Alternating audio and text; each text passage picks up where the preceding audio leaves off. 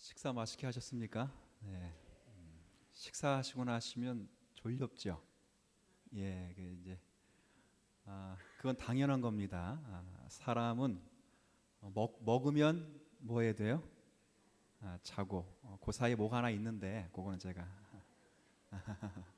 그 이제 먹으면 자야 되는 게 당연합니다. 예배 시간에도 졸려온 건 당연하지만 잠깐 여러분 이렇게 좀 집중하셔서 길지 않은 시간 함께 말씀 나눌 테니까 좀 말씀 함께 교제했으면 좋겠습니다. 요한계시록을 하도 뜨문뜨문 해가지고 여러분도 감이 좀 이렇게 떨어질 것 같다라는 생각이 드는데, 오늘 17장을 읽으셨는데 17장의 내용은 바벨론이라고 하는 그 성이 하나님 앞에 심판을 받는 내용입니다. 여러분, 그 요한계시록에는 총 3개의 심판이 언급되어 있는데, 첫 번째는 인심판, 그래서 인은 떼는 것이라 그랬습니다. 그 다음에 나팔 심판, 나팔은 부는 것이다. 그 다음 마지막 심판은 대접 심판입니다. 이게 인, 나팔, 대접이 각각 7개입니다. 7. 그러니까 인심판이 끝나고 나팔 심판이 끝나고 그 다음 순차적으로 오는 게 아니라 사실은 골을 놓으면 여러 번 반복해서 각도에 따라 보여주듯이 이게 한꺼번에 오는 심판인데, 요한은 하나 환상을 볼 때 마치 순차적이고 연차적으로 보이면서 이 땅에 하나님의 심판이 어떻게 진행되고 있는가 이것을 확인시켜 주는 것입니다. 그런데 심판이 오기 때문에 성도들을 두려운 모습으로 몰아가기 위함이 아니라 그 심판이 결국 성도들에게는 구원의 증거요, 특별히 성도들에게는 고난 중에서 주님을 붙잡게 하는 채찍질과 같다, 이렇게 이야기를 하는 거죠. 저와 똑같습니다. 여러분, 그 마음에 근심과 걱정이 있고 큰 일을 당하면 성도의 특징은 뭐부터 하기 시작하죠? 기도하죠. 가끔 새벽 예배에 가끔 안 나오시는 분이 나오시면 제가 걱정을 좀 합니다. 처음에는 저 양반이 왜 나왔을까? 이제 나빠서 그런 게 아니라 혹시 큰 일이 계신 게 아닐까? 성도는 그런 게 맞습니다. 성도는 신기하게도 어렵고 힘들고 힘에 벅차고 두렵고 고난이 있고 괴로움이 있으면 참 신기하게 하나님 앞에 뭐하게 된다고요? 이건 남들 보지 마시고 여러분을 보시면 압니다. 이게 성도의 특징입니다. 이런 심판 시리즈가 계속되면서 성도가 어떻게 되냐? 준비되어 간다, 그 말입니다. 빚어져 간다, 그 말이죠. 누구처럼? 예수 그리스도처럼 빚어져 간다. 이 이야기를 요한계시록에서 끊임없이 하는 것입니다. 반복해서. 그러니 그 심판으로 인해서 두려워하거나 겁먹을 필요 없다. 그 심판으로 인해서 오히려 그리스도를 존귀하게 붙잡는 성도로 빚어지게 될 것이다. 그러니 쫄지 말고 가슴을 쫙 펴고 이 세상에 어떤 것도 겁을 내지 말고 지금 마음먹은 그대로 예수를 잘 믿기로 결단해라. 그러면 거기에 은혜가 있는 줄 안다. 이게 요한계시록입니다.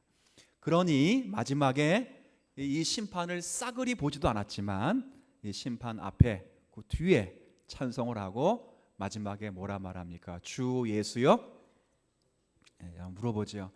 예수님이 속히 오시기를 원하십니까?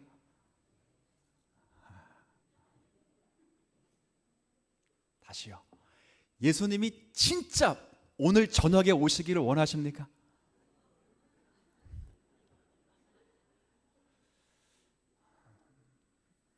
네, 저도 아닙니다. 아직 그 전도를 좀 더 해야 될 이건 베드로의 마음입니다. 베드로도 예수님이 속히 오길 바라지만 주님 조금만 늦게 오시면 좋겠습니다. 아직 그놈이 변화를 안 했습니다. 이게 베드로의 마음입니다. 예수님의 오심을 이게 기다리지 않는다는 게 아니라 베드로가 얼마만큼 자기 목양지를 사랑하고 있는가, 베드로 전후서에서 가늠해 볼 말입니다. 그러나 어쨌든 간에 우리는 예수님의 재림을 기다리고 신랑 되신 예수님이 다시 오실 때는 여러분을 채근하러 오시지 않습니다. 생각해 보십시오. 여러분을 위해 십자가를 지시고 죽으신 그분이 다시 오신다면 여러분 죽이려고 오겠습니까? 살리려고 오겠습니까? 살리려고 오십니다. 절대 예수님의 재림을 겁먹지 마십시오. 목회자가 자기 말 잘 들으라고 심판을 두려운 것으로 채근하고 몰아갈지라도 따라합시다. 쫄지 말자. 다시 오시는 예수님은 그 다음 나의 신랑이다. 콩깍지가 씌었다. 제가 우리 아내에게 씌운 것처럼 콩깍지가 예수님이 여러분에게 씌었기 때문에 절대 쫄지 마십시오. 이 세상은 여러분을 이길 수 없고 여러분이 그리스도 예수 안에 있는 동안에는 내가 세상을 넉넉히 이기었다 하신 그 승리로 여러분의 승리가 보장될 줄로 믿습니다. 오늘 그 이야기가 계속되는 내용이 오늘 내용입니다. 오늘 내용은 그처럼 마지막 대접 심판 그리고 마지막 또 7번째 대접 심판이 쏟아지는 그 자리에 그 심판을 누가 받느냐 6장 마지막 부분에 보면 자 한번 제가 문단만 읽어드릴게요. 16장 17절에 16장 17절 일곱째 천사가 그 대접을 공중에서 쏟음에 19절 이 쏟은 게 어디에 쏟아졌는지 보세요. 19절 큰 성이 세 갈래로 갈라지고 만국의 성들도 무너지니 큰 성, 자 그다음 어디에 쏟아졌어요? 바벨론에 쏟아진 것입니다. 그래서 바벨론이 하나님 앞에 기억하신 바 되어 그의 맹렬한 진노의 포도주 잔을 받음에 섬도 없어지고 산악도 간데 없어지더라. 그래서 17장부터는 바벨론에 쏟아진 재앙이 어떤 재앙인가를 노래합니다. 이게 17장, 18장 그리고 19장 2절까지 이 바벨론에 쏟아진 재앙이 어떤 재앙인가 이것을 사도 요한이 계시 속에서 받는 내용입니다. 특별히 오늘은 17장이니까 이 17장의 내용은 그 바벨론의 멸망을 묘사하면서 특별히 바벨론이 어떤 곳인가 그리고 그 바벨론이 어떤 성격을 갖는 나라인가 이것을 소개하고 있는 그런 말씀입니다. 먼저 1절을 좀 보죠. 1절에 보면 이렇게 정의되어 있습니다. 17장 1절 또 일곱 대접을 가진 일곱 천사 중 하나가 와서 내게 말하되 이게 무슨 말이냐면 아까 16장 17절에 그 쏟은 그 천사입니다. 그러니까 마지막 대접을 쏟은 그 천사가 사도 요한에게 와서 뭐라고 말하는지 보십시오. 내게 말하여 이르되 이리로 와 보라. 많은 물 위에 앉은 큰 음녀가 받을 심판을 내게 보일 것이다. 그래서 이게 이제 쭉 2절부터 보이는 내용인데 여기 보면 음녀라고 나와 있어요. 음녀. 그러니까 음탕한 여자라고 되어 있습니다. 이 음탕한 여자가 누군가 그럴 때 자 5절 한번 보세요. 자 이제 17장을 전반적으로 문맥은 제가 이해시켜 드릴게요. 이 음녀가 누구냐 할 때 5절에 17장 5절입니다. 그의 이마에 이름이 기록되어 있으니 비밀이라고 불려지고 그다음 이 음녀가 뭐라고요? 큰 바벨론이라 그 말입니다. 그런데 이 음녀는 큰 바벨론인데 보시면 5절 후반에 땅의 음녀들과 가증한 것들의 뭐와 같아요? 이 말이니까 음녀가 바벨론인데 이 바벨론은 모든 음탕한 여자들 중에서도 마담 뚜라 이 말이에요. 마담 뚜. 그러니까 그런 뜻이에요 지금. 그러니까 모든 음탕한 여자들을 다 거느리고 있는 사람. 그 여자가 바로 음녀인데 그 음녀의 이름이 뭐라고요? 비밀이라. 그렇지 비밀. 그 비밀이 근데 뽀록 났어요. 누구라고? 바벨론이라 이렇게 돼요. 바벨론. 자 그래서 이 바벨론을 또 뭐라 말하는지 한번 18절에 가보시죠. 또 이 음녀를 뭐라 말하는지 18절 17장 18절 또 내가 본 그 음녀는 이 음녀입니다. 음녀 여자 똑같거든요. 음녀는 땅의 왕들을 다스리는 큰 뭐라 그러니까 바벨론 똑같죠. 바벨론이라 바벨론 성이라 이렇게 이야기하고 있어요. 자 음녀는 무엇이라 이렇게 되어 있는데 근데 이 음녀를 특징하는 이 묘사하는 특징 가운데 재밌는 묘사가 1절에 하나 있었습니다.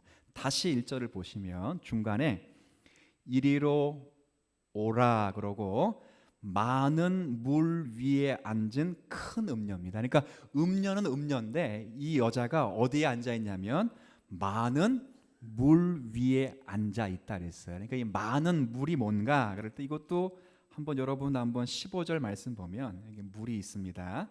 자, 15절 보세요.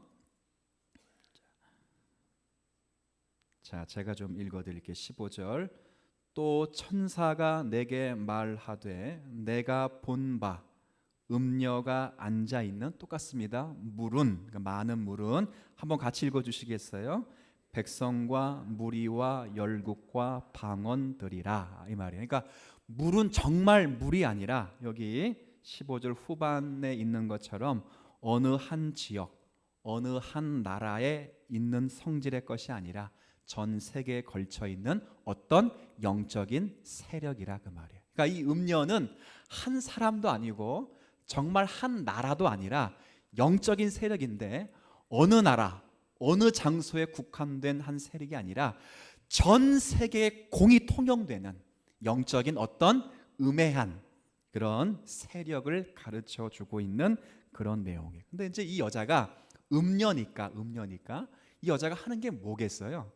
음녀가 하는 일이 뭐예요? 구약 성경에서 음녀가 하는 일은 뭐 하는 겁니까?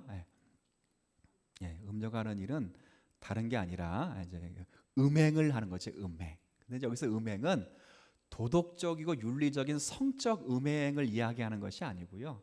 우리가 신약 성경과 구약 성경을 다 같이 읽어봐도 음행이라고 하는 것은 하나님 앞에 마땅히 드려야 될 충성과 하나님께 드려야 될 영광과 예배와 찬양을 가로채서 다른 것들, 다른 신들, 다른 물질에게 그 영광을 갖다 바치는 것, 그것을 언제나 음행이라는 것으로 받고 있습니다. 그러니까 여기 이 바벨론 성 큰 음녀가 많은 물 위에, 이 온 세계 위에 앉아서 세력을 발휘해서 음행을 하고 있다는 것은 남자를 꼬신다거나 성적으로 타락됐다, 이 이야기를 하는 것이 아니라 하나님께 마땅히 돌려야 될 영광과 찬송과 예배를 가로채서 다른 신에게나 다른 것들에게 영광과 찬송을 돌리도록 하는 영적인 세력, 이렇게 이야기하고 있습니다. 그러니까 그게 바로 음녀이며 바벨론의 세력이라, 그렇게 이야기를 하는 거예요. 그래서 2절에 보면,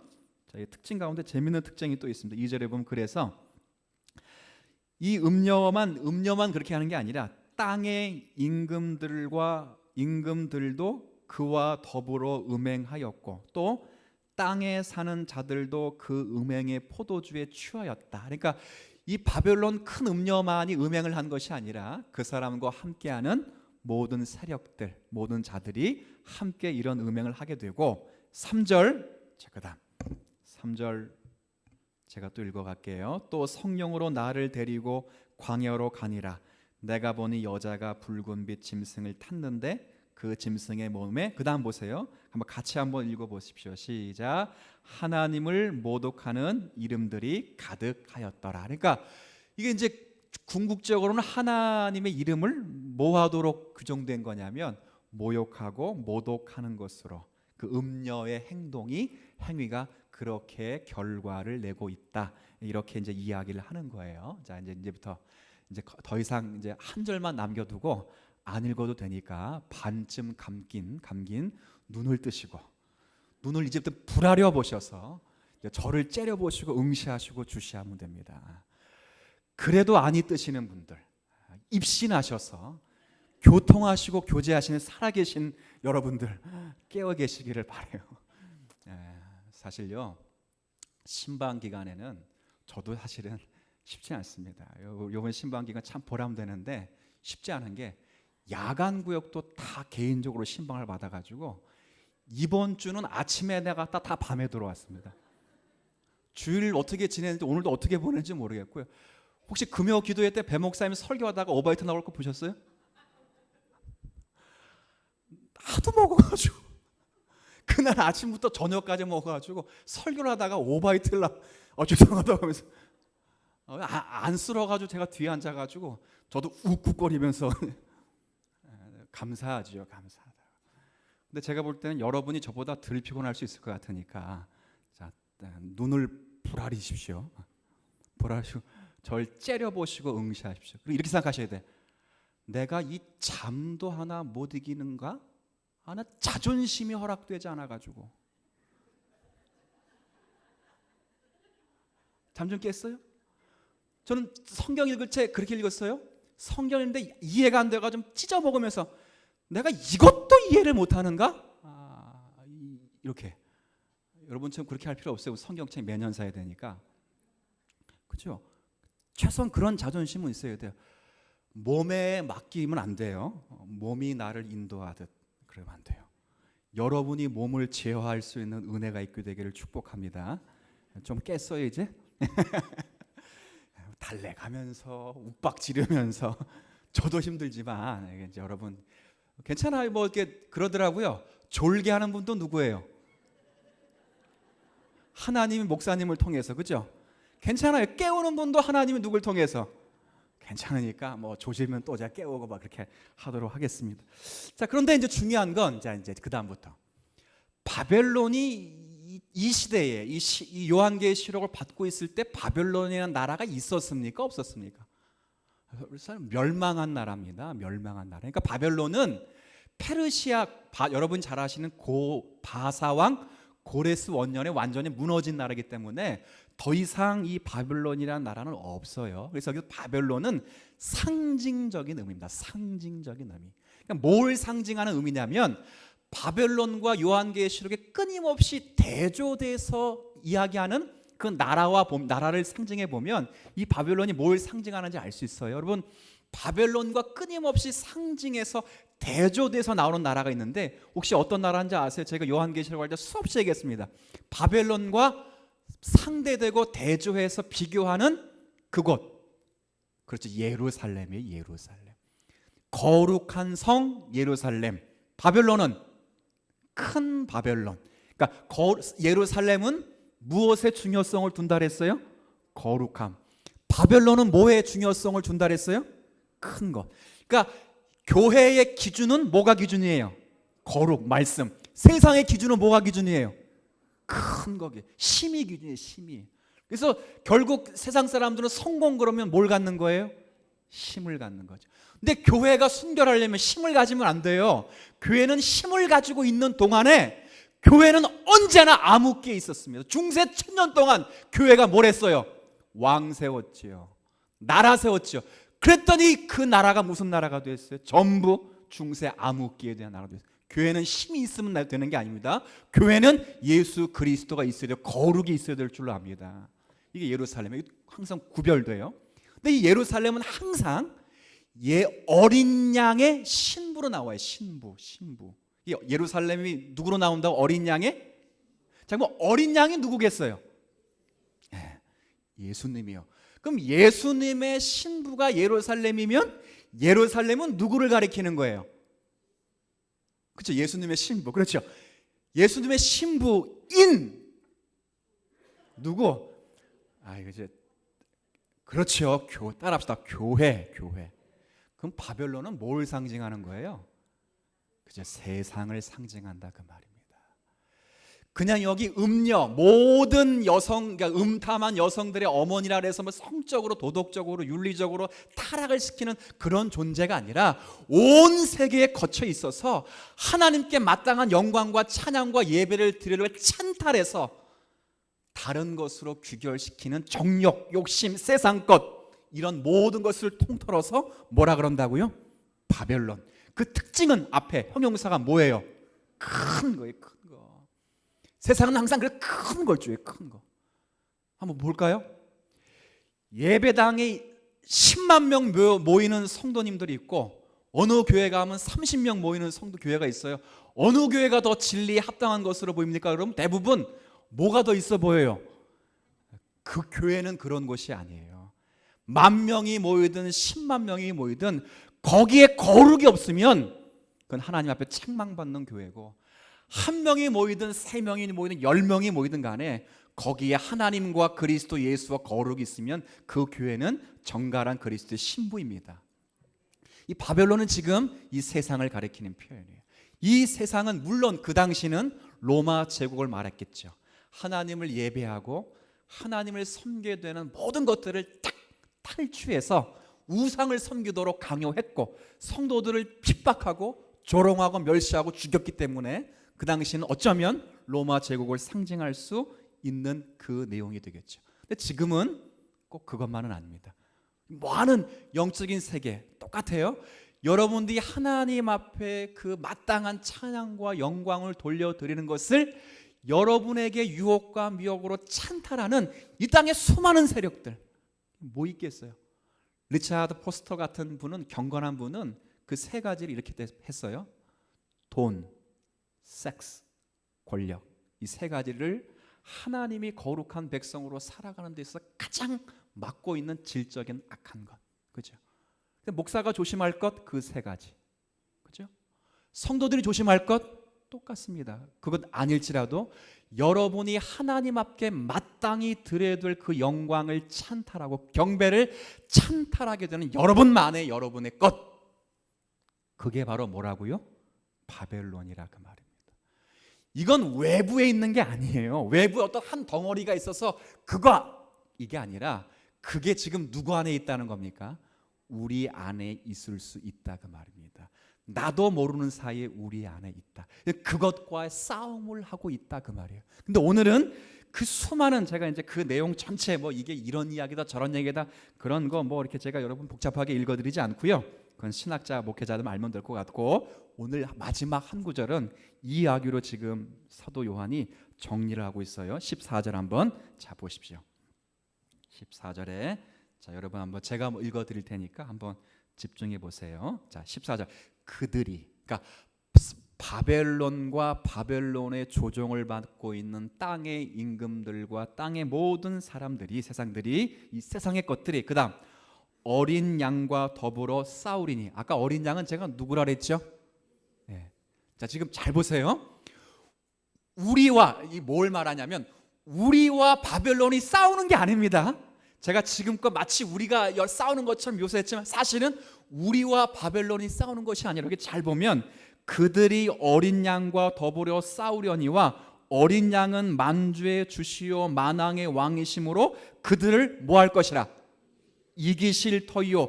또 그 다음 같이 읽어주세요. 시작. 그와 함께 있는 자들 곧 부르심을 받고 택하심을 받은 진실한 자들도 역시 믿으십니까? 오늘 이야기를 하는 겁니다. 그렇죠? 이 큰 성 바벨론이라고 영적인 세계가 하나님을 믿는 백성들을 찬탈하려고 우리의 마음에 올지라도 우리가 싸우면 우리가 지는데, 그러니까 우리가 싸우면 져요. 근데 이 싸움은 이미 예수 그리스도가 이기신 싸움이기 때문에 그리스도 예수를 붙들고 그 안에 있기로 다짐하는 성도들은 반드시, 여기 14절 마지막에 그와 함께 있는 자들, 그들이 누구예요? 부르심을 받고 택하심을 받은 진실한 자들도 역시 뭐한다? 그럼 여러분 뭐 하면 됩니까? 다시 그렇죠. 예수 그리스도만을 뭐 하면 돼요? 붙잡으면 된다 그 말이에요. 세상 것 이기려고 막 싸우면서 괜히 거기 가서 그러면 우리가 지고, 우리의 싸움은 그리스도가 이긴 그 싸움에 이길 줄 알고 그리스도 예수 안에 있는 것, 그 싸움, 그리스도를 붙잡고 그리스도 안에 있다는 것이 무엇인지를 깨닫는 그 싸움을 싸우면 반드시 그 싸움에 이길 줄 안다. 왜? 누가 이긴 싸움이기 때문에, 예수님이 이긴 싸움이기 때문에 그렇다 그 말이에요. 이게 오늘 우리에게 말씀해 주신 본문의 내용입니다. 아마 이런 분이 있을 것 같아요. 목사님, 예수님이 이겼는데 이 사탄, 이 음료는 왜 자꾸 이 성도들을 괴롭히는가? 그럴 때 훌륭한 신앙의 선배들이 그런 얘기 많이 했어요. 예수님이 이긴 건 맞아요. 근데 뱀을 예를 들면, 예수님은 머리를 박살냈습니다. 머리를 박살내면 뱀이 금방 죽나요? 그럼 뭐는 살아 있어요? 꼬리는. 그 꼬리가 우리를 유혹하고 우리를 이렇게 좋아서 매는 것입니다. 근데 결코 그 꼬리 때문에 성도들은 죽지 않습니다. 왜요? 머리는 누가 박살냈기 때문에. 그 싸움을 싸우라가 말이죠. 그러니까 이 싸움은 여러분이 뭐 세상을 알라거나 세상에 직접 전투에서 뭘 이렇게 싸워내는 싸움이 아니라, 우리가 할 수 있는 유일한 싸움은 예수 그리스도를 뭐하는 싸움이에요? 붙들고 아는 싸움. 여러분 날마다 그래서 예수 그리스도를 알아가는 싸움을 싸우셔야 됩니다. 이거 하도록 오늘 사도 요한이 우리에게 말씀을 해주고 있는 거죠. 그러니까 끊임없이 우리를 유혹하는 그 정체, 생명의 근원이신 하나님을 따르지 못하도록 인생을 낭비하게 하는 그것 스스로에게 물어야 됩니다. 그것이 교만이든 자기 증명이든 정욕이든 여하튼 세상은 예수님을 시험했던 그 방식으로 끊임없이 우리를 시험해 낼 것입니다. 마치 네가 하나님의 아들이거든 이거죠. 똑같습니다. 우리도 너가 하나님을 사랑한다면, 하나님이 너를 사랑하신다면, 아니면 하나님이 나를 사랑하신다면 왜 나의 필요를 다 채워주지 않는 것인가? 하나님이 나를 사랑하시는데 왜 나는 하나님 앞에서 가시밭 같은 길을 걷고 있는가? 이 모든 불만에 사탄은 최후의 종지부를 찍는 것입니다. 뭐라고 찍어요? 그러니 하나님이 널 사랑한 것이 아니란다. 그래서 네가 이 모양 이 꼴이란다. 그 질문에 주님이 답을 하십니다. 성도는 그렇게 사는 것이 아니다. 성도는 말씀으로 살고, 성도는 비록 고난의 길을 걸을지라도 그분의 뜻대로 가겠다고 다짐하며 사는 것이다. 그럴 때 세상의 어떤 영광도 하나님을 향한 우리의 마음을 뺏을 수 없다. 이 싸움은 네가 하는 싸움이 아니라 주 예수 그리스도가 싸우는 싸움이고, 이 싸움을 그리스도가 이미 승리했기 때문에 그렇다 이야기예요. 그래서 우리가 행복한 성도라 그 이야기를 하는 거예요. 여러분, 우리가 좋은 길을 가기 때문에 행복한 사람이 아니고요, 우리가 행복한 이유는 딱 하나입니다. 하나님과 동행하기 때문에 행복한 인생을 사는 것입니다. 하나님이 우리와 함께 계시고 우리의 눈물을 닦아주시고 우리를 위로하시고 때론 꾸짖으시되 포기하지 아니하시고 끊임없이 우리의 실패와 부족에도 불구하고 우리를 그리스도의 완성된 분량에까지 자라가도록 하시는 은혜가 확실하기 때문에 저와 여러분은 행복한 거예요. 그렇죠? 14절 다시 한번 볼까요? 이게 우리의 행복이라 그 말이에요. 다시 한번 여러분 같이 읽어주세요. 시작. 그들이 어린 양과 더불어 싸우려니와 어린 양은 만주의 주시요 만왕의 왕이심으로 그들을 이기실 터이요 또 그와 함께 있는 자들 곧 부르심을 받고 택하심을 받은 진실한 자들도 역시 이기리로다 이 말이죠. 이건 제가 한 말이 아닙니다. 사도 요한이 한 말이 아닙니다. 누가 하신 말씀이죠? 여러분은 이기실 것입니다. 그래서 여러분의 인생이 괴롭습니다. 모세처럼 괴롭힘을 당하거든요. 그렇죠? 비천함을 당해야 되거든요. 그래야 이기는 것입니다. 제가 좀 전에 아까 오전에 말씀드렸죠. 목소리 빡빡 힘주고 자신의 행복을 위하여 싸우면 행복 못 찾습니다. 왜요? 그렇게 앙강거리다가 반드시 어떻게 되기 때문에. 그러니까 냅두세요. 그냥 그런 인생 앙강거리다 살고. 그렇지 않습니다. 우리가 우리의 힘을 꺾고 그리스도 예수 안에 길들어 갈 때 하나님이 그때 역사하셔서 여러분의 인생과 삶을 통하여 놀라운 역사를 써 가실 것으로 믿고, 이번 한 주간 그리스도가 여러분을 위해 싸우실 것을 기대하시면서 모든 인격과 삶을 그리스도께 드리는 우리 모두가 되시기를 축복합니다. 하나님 아버지, 성도의 존재는 행복한 존재입니다. 가시밭길이 아닌 평탄한 길을 가기 때문에 행복한 존재가 아니라 하나님과 동행하기 때문에 행복한 존재입니다. 하나님이 우리와 동행하셔서 함께 하시고 우리의 눈물을 닦으시며 위로하시고 꾸짖되 포기하지 아니시고 끊임없이 우리의 실패와 부족에도 불구하고 우리를 그리스도의 완성한 분량에까지 자라게 하실 것이 확실하기 때문에 성도는 행복한 자들입니다. 오늘 그 말씀을 성도들에게 가르쳐 줍니다. 어떤 큰 성 바벨론이 우리와 함께 있을지라도 그 성이 너희를 해하지 못할 것이다. 왜냐하면 그 성을 이미 그리스도가 파하셨기 때문이고, 그와 함께하는 자, 그 안에 선택을 받은 자는 그 싸움을 반드시 이길 것이니 겁먹지 말고 쫄지 말고 이 싸움을 그리스도를 잡는 것으로 나아가라. 그렇게 말씀하시는 말씀을 읽었습니다.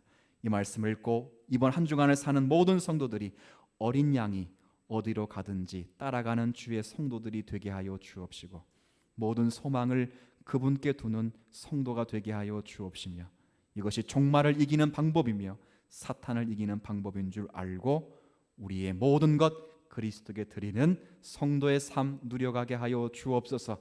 한 주간 하나님 살게 될 때 각자의 형편과 사정을 익히 아시오니 하나님의 보편적인 섭리와 특별한 섭리를 통하여 우리의 삶을 빚어가실 때 거기에 행복과 거기에 만족과 기쁨과 자족이 넘치는 인생 삶 살아가도록 은혜 더하여 주옵소서.